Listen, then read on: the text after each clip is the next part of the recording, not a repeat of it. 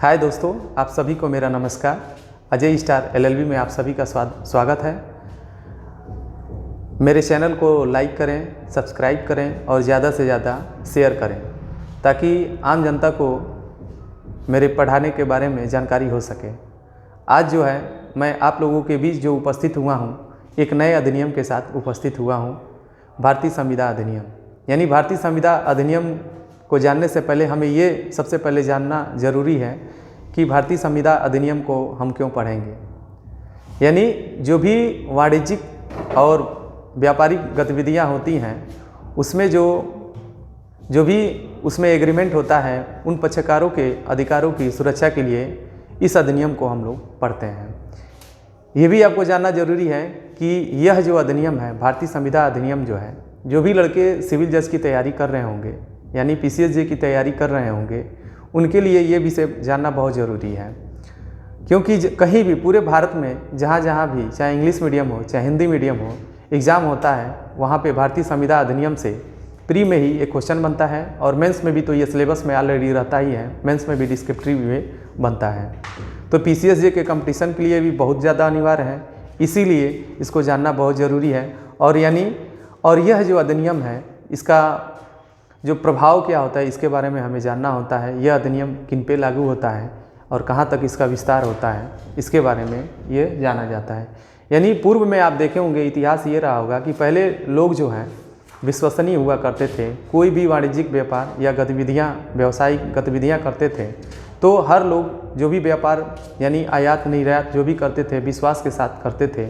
लेकिन समय के परिवर्तन होने के साथ साथ अब ऐसी स्थिति आ गई है, लोगों के द्वारा धोखाबाजी, छल, ये सब सारी चीज़ें की जाने लगी हैं। ऐसी स्थिति में जो है भारतीय संविदा अधिनियम जो है, ये भारतीय संसद के द्वारा 1872 में इसे लागू किया गया है। जिसमें हमें ये जानना है कि इस अधिनियम का उद्देश्य क्या है, यानी इस अधिनियम का उद्देश्य क्या है। तो हमें ये सबसे पहले जानना है इस अधिनियम का जो उद्देश्य है। यह अधिनियम जो है संशोधनकारी अधिनियम है। यह अधिनियम जो है परिभाषाकारी अधिनियम है। तो संशोधनकारी अधिनियम का मतलब क्या होता है, यानी संसद को जब भी आवश्यकता लगती है, समय देश काल परिस्थितियों में परिवर्तन होता है तो उसमें आसानी से संशोधन कर सकता है। और परिभाषाकारी अधिनियम का मतलब जो चीज़ें जो धारा 2 में बताई गई हैं, परिभाषा खंड में बताई गई हैं, उसकी परिभाषाओं में भी कुछ ऐड कर सकता है या कुछ घटा सकता है। यानी संसद के ये ऊपर निर्भर करता है। यानी जब भी संविदा अधिनियम जो पढ़ते हैं उसमें ये संविदाओं से संबंधित क्या करता है, एक सामान्य सिद्धांत बताता है। यानी कोई भी अगर आप एग्रीमेंट करते हैं तो उसमें ये सामान्य सिद्धांत बताने का प्रयास करता है। ये सामान्य सिद्धांत सभी संविदाओं पे ये लागू होता है। जो भी एग्रीमेंट या कॉन्ट्रैक्ट करते हैं, ये सामान्य सिद्धांत के बारे में यह अधिनियम बताता है। यानी भारतीय संविदा अधिनियम, ये जानना है कि भारतीय संविदा अधिनियम 1872 है। इस अधिनियम का एक्ट नंबर क्या है, ये प्री में पीसीएसजे के भी पूछता है और एमसीक्यू में क्वेश्चन बनाता है। इस अधिनियम का एक्ट नंबर क्या है, तो एक्ट नंबर इसका 9 है। ये जानना भी जरूरी है यह अधिनियम कब भारतीय संसद के द्वारा इनेक्टेड हुआ है, यानी अधिनियमित हुआ। तो 25 अप्रैल 1872 को यह भारतीय संसद के द्वारा अधिनियमित किया गया। और ये भी जाना है इस अधिनियम को कब लागू किया गया, तो भारतीय संविदा अधिनियम 1 सितंबर 1872 से यह संपूर्ण भारत पर लागू है। यानी आप इससे पहले जब देखेंगे कोई भी अधिनियम जब आप पढ़ते हैं तो उसमें दिया गया है धारा 1 जो यही बताता है उस अधिनियम का संक्षिप्त नाम क्या है, उसका परिचय क्या होता है, उस अधिनियम के बारे में वो मुख्य विशेषताएं उसकी बताता है। तो इस अधिनियम का नाम है भारतीय संविदा अधिनियम है। इसका विस्तार कहाँ है, तो संपूर्ण भारत में है। वर्तमान में संपूर्ण भारत में है। पहले जो है जम्मू कश्मीर को छोड़कर यह संपूर्ण भारत पे लागू होता था। लेकिन आज जो है, जब से जम्मू कश्मीर पुनर्गठन अधिनियम संशोधन अधिनियम बिल लाया गया, उसके पश्चात से जो है 31 अक्टूबर 2019 से वर्तमान में ये संपूर्ण भारत पे ये अधिनियम लागू हो गया है।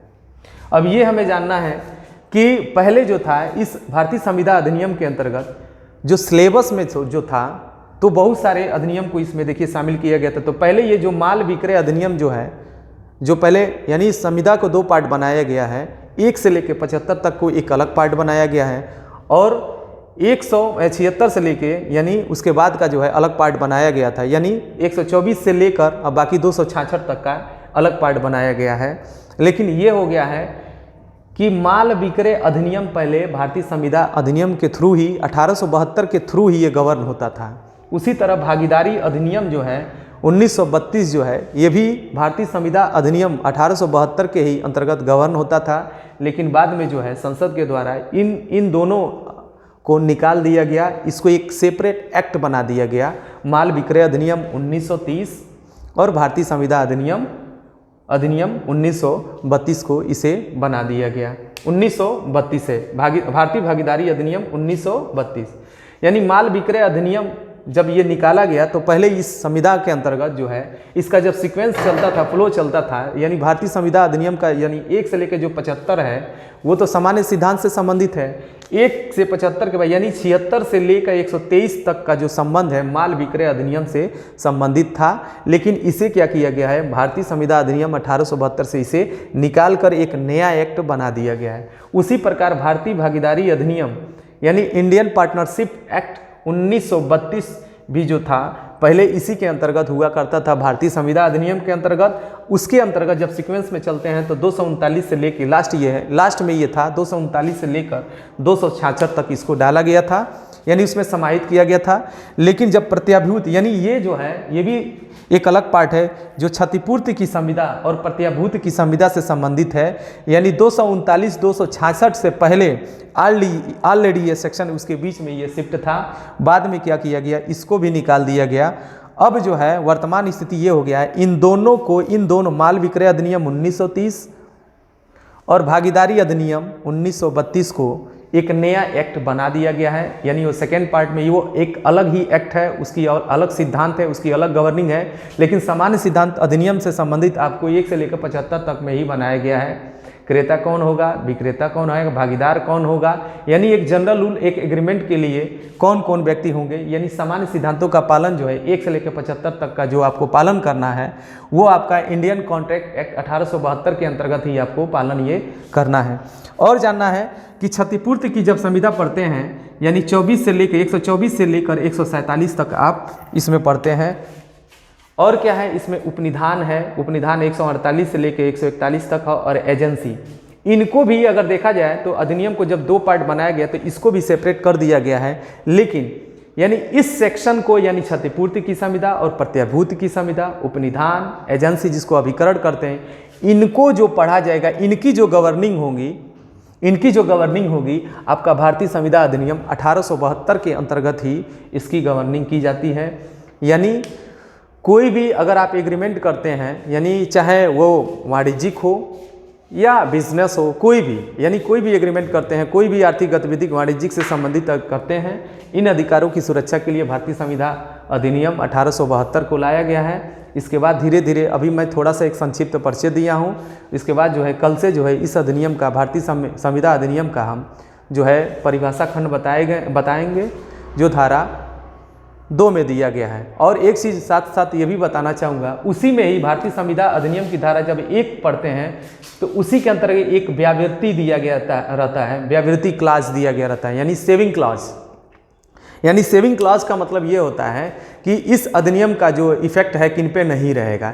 सेविंग क्लॉज मतलब यही चीज़ें बताता है कि कौन से भारतीय संविदा से कौन से जो अधिकार हैं सुरक्षित रहेंगे जिस पे भारतीय संविदा अधिनियम लागू नहीं होगा।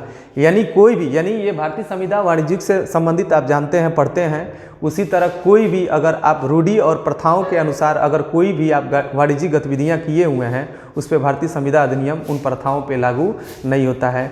यानी उनको छोड़ के बाकी ये वाणिज्यिक गतिविधियां जो भी होती हैं उन पे ये भारतीय संविदा अधिनियम लागू होता है। बहुत बहुत धन्यवाद।